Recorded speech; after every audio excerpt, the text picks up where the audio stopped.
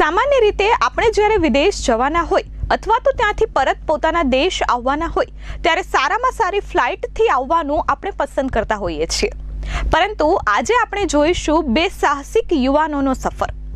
આ બંને યુવાનો લંડનથી ભારત બાય રોડ પહોંચ્યા છે। 29,000 કિલોમીટરનું અંતર પૂર્ણ કરવામાં ભારત દેશના વડાપ્રધાન નરેન્દ્ર મોદીનું નામ જ કાફી હોવાનો અનુભવ યુવાનોને થયો છે। 18 દેશોની સીમાઓ ઓળંગીને પરત આવેલા યુવાનોએ કહ્યું છે કે ભારતના વડાપ્રધાન નરેન્દ્ર મોદીના નામનો ડંકો દુનિયામાં વાગી રહ્યો છે। ત્યારે આવો જોઈએ કેવી રીતે શરૂ થઈ આ રોમાંચિત લંડન ટુ ભારતની સફર। લંડનથી ભારત કાર લઈને પહોંચ્યા યુવાનો। ઉમરગામના સરીગામનો યુવક મુંબઈના મિત્ર સાથે કાર લઈને પહોંચ્યો। 29,000 કિલોમીટરનું રોડ અંતર કાપી ભારત પહોંચ્યા યુવાનો। વલસાડના સરીગામ ખાતે રહેતો સુનિલ આરેકરનો સુપુત્ર સિદ્ધેશ આરેકર વધુ અભ્યાસ અર્થે લંડનની યુનિવર્સિટીમાં એમએસસી અને મેનેજમેન્ટ અભ્યાસ માટે 2 વર્ષ અગાઉ ગયો હતો। જુલાઈ 2024માં અભ્યાસ પૂર્ણ થતા પોતાના માદરે વતન આવવા તેના મિત્ર સની પ્રમોદ શાહ સાથે રોડ મારફતે પ્રવાસ ખેડી જવાની તૈયારી કરી। મારું નામ સિદ્ધેશ છે, સિદ્ધેશ સુનિલ આરેકર। હું સરીગામ ગામે રહું। 2 વર્ષ પહેલા લંડન ભણવા ગયેલો। મેં એમએસસી ઇન મેનેજમેન્ટ કર્યું છે ઇન્ટરનેશનલ માર્કેટિંગ લ્યુટનમાંથી, યુનિવર્સિટી ઓફ બેડફોર્ડશાયરમાંથી। મારું ડિગ્રી પૈતી બધું પૈતું। મારા ફ્રેન્ડ છે, મિત્ર છે, એમને કીધું કે પાછું હવે શું પ્લાન છે, તો મેં કીધું પાછું ઇન્ડિયા જવું છે, આપણા પોતાના દેશે બધું ત્યાં સેટલ કરવા માટે। તો એમને પછી કીધું બાય રોડ જવાનું, તો અમે કીધું ભાઈ ચાલો। એકવાર ફોન કરવા પડ્યો પેરેન્ટ્સને, તો એમને કીધું કે તારી ઈચ્છા, તો ભાઈ એકવાર લાઈફમાં કરવા જેવું હતું મારા એમાં વિશ લિસ્ટમાં આપણે કહી શકીએ, તો અમે ચાલુ કરી એ ટ્રીપ। ને એવું કંઈ પ્લાનિંગ અમે કર્યું જ નહીં, બસ નીકળી ગયા। જેવા જેવા ચેલેન્જીસ આવ્યા, જેવા જેવા પ્રોબ્લેમ્સ આવ્યા, એ બધા અમે લોકોએ એક્સેપ્ટ કર્યા અને અમે નીકળી પડ્યા। બહુ બધી અમે કન્ટ્રીઝ કરી, બાલ્કન કન્ટ્રીઝ જેને કહેવાય, તે અમે ઓફરોડિંગ જંગલમાંથી કર્યું છે। આ ગાડી બેઝિકલી તમે કશે બી ચલાવવા નીકળી જાય છે એવી છે। 12 જુલાઈએ લંડનના વેમ્બલી ખાતેથી નીકળ્યા હતા, જ્યાં 18 દેશોમાંથી કઠિન પ્રવાસ ખેડી 29,000 કિલોમીટરનો સફર કાપી અંતે ઈરાન, અફઘાનિસ્તાન અને પાકિસ્તાનની વાઘા બોર્ડરથી 9 નવેમ્બરે પોતાના માદરે વતન સરીગામ આવી પહોંચ્યા હતા અને આ જ દિવસે પોતાના મિત્રને મુંબઈ મૂકવા પરત ફર્યા હતા। અભ્યાસ માટે લંડન ગયા હતા બંને યુવાનો। અભ્યાસ પૂર્ણ કરી ભારત પરત આવ્યા। 18 દેશોની સીમાઓ ઓળંગી। ઈરાનમાં યુદ્ધના માહોલ વચ્ચે ભારતીય યુવાનોને બોર્ડર ખોલી આપી। આ બંને યુવાનોએ પોતાનો અનુભવ દર્શાવતા જણાવ્યું હતું કે આજની તારીખમાં તમામ બોર્ડર પર ભારતીય પાસપોર્ટની સારી કિંમત અંકાઈ હતી। ખાસ કરીને અફઘાનિસ્તાન, ઈરાન અને પાકિસ્તાનના લોકોએ ખૂબ સારું સ્વાગત કર્યું હતું। અફઘાનિસ્તાનના તાલિબાનીઓએ ભારતના યુવાનો આવ્યા છે તેમ જાણી સ્વાગત કરી હિન્દુસ્તાન ઇન્દિસ્તાનના નારા લગાવી બંને યુવાનોને વધાવી લીધા હતા।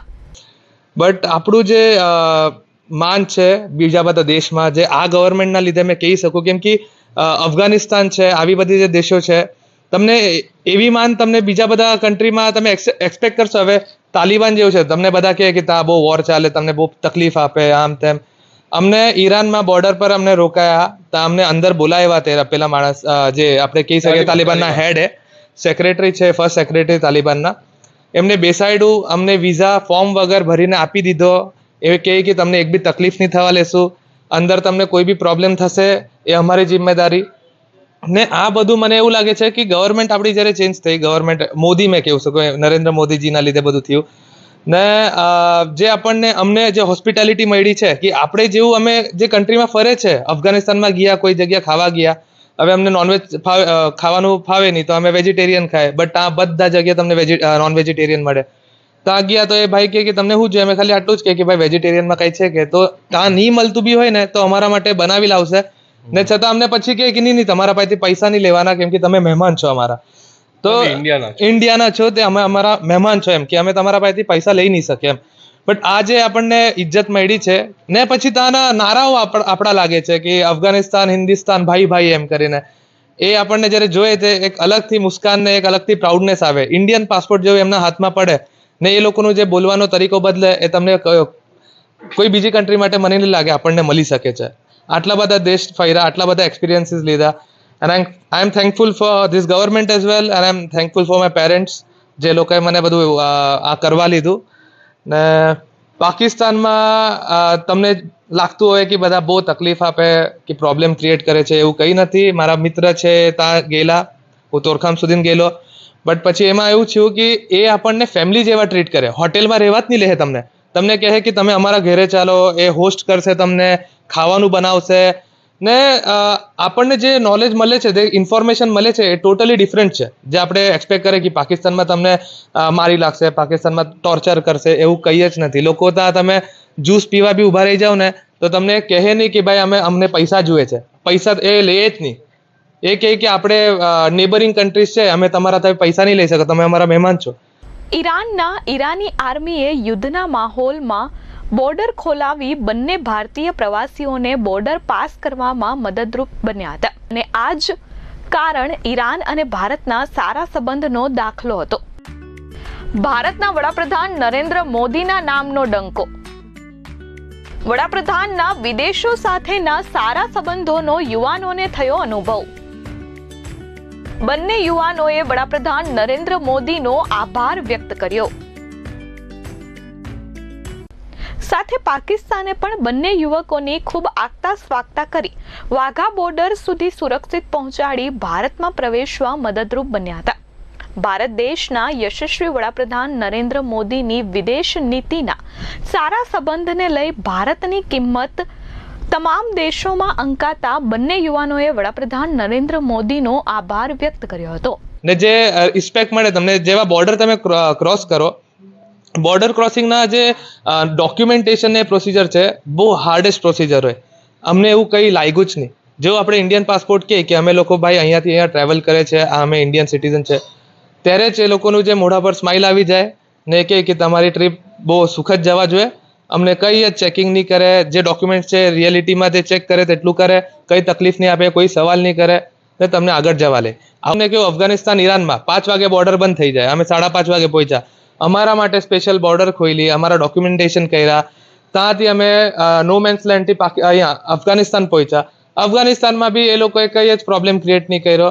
અમે છતાં મિસાઇલ્સ એટેક ને બધું જોયેલું છે, ઈરાનમાં જોયેલું છે, ફાઇટર પ્લેન્સ ઉડ્યા કરે, બધા વોર સિચ્યુએશનમાં અમે ત્યાં પહોંચેલા. બટ અમારી સેફટી અમને એવું લાગતું હતું કે અમને કંઈ તકલીફ થઈ નહીં શકે. તો પછી અમે લોકો બોર્ડર ક્રોસ કરીને પછી અફઘાનિસ્તાન આવ્યા. અફઘાનિસ્તાનમાં અમને જે સિક્યોરિટી મળી છે તાલિબાનથી, તમે આટલી સેફ કન્ટ્રી કોઈ બી જગ્યા લાગશે જ નહીં.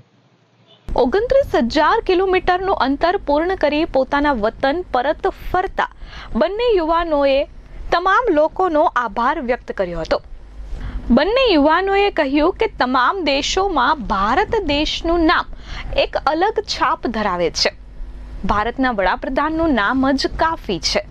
18 દેશોની અમે સીમાઓ ઓળંગી છે, પરંતુ તમામ દેશોએ અમારું આગતા સ્વાગતા કરી અને અમને હેમખેમ આગળ વધાર્યા છે. ભારતના વડાપ્રધાન નરેન્દ્ર મોદીના નામનો ડંકો દુનિયામાં વાગી રહ્યો છે, જેનો અમે અનુભવ કર્યો છે. આ રોમાંચિત લંડન ટુ ભારતની સફર પૂર્ણ કરતા અમને ખૂબ જ આનંદ થયો છે. અંતે પછી પાકિસ્તાનથી અમે વાઘા બોર્ડર પહોંચ્યા. વાઘા બોર્ડર પર અમે પરેડ જોઈને પછી અમે નીકળ્યા અમૃતસરથી બિકાનેરથી થરાદ, પછી ગોંડલમાં અમે એક દિવસ રોકાયા. પછી ત્યાંથી અમે ભાવનગરથી સુરત રોકાયા. સુરતથી હવે અમે અમારા ઘરે આવ્યા છે સરીગામ દમણ બાજુ. હવે અહીંયાથી અમે બોમ્બેમાં અમારું લાસ્ટ સ્ટોપ રહેશે. અમિત સિંહ રાજપૂત સાથે પ્રશાંત પંચાલ, S24 ન્યૂઝ, સરીગામ.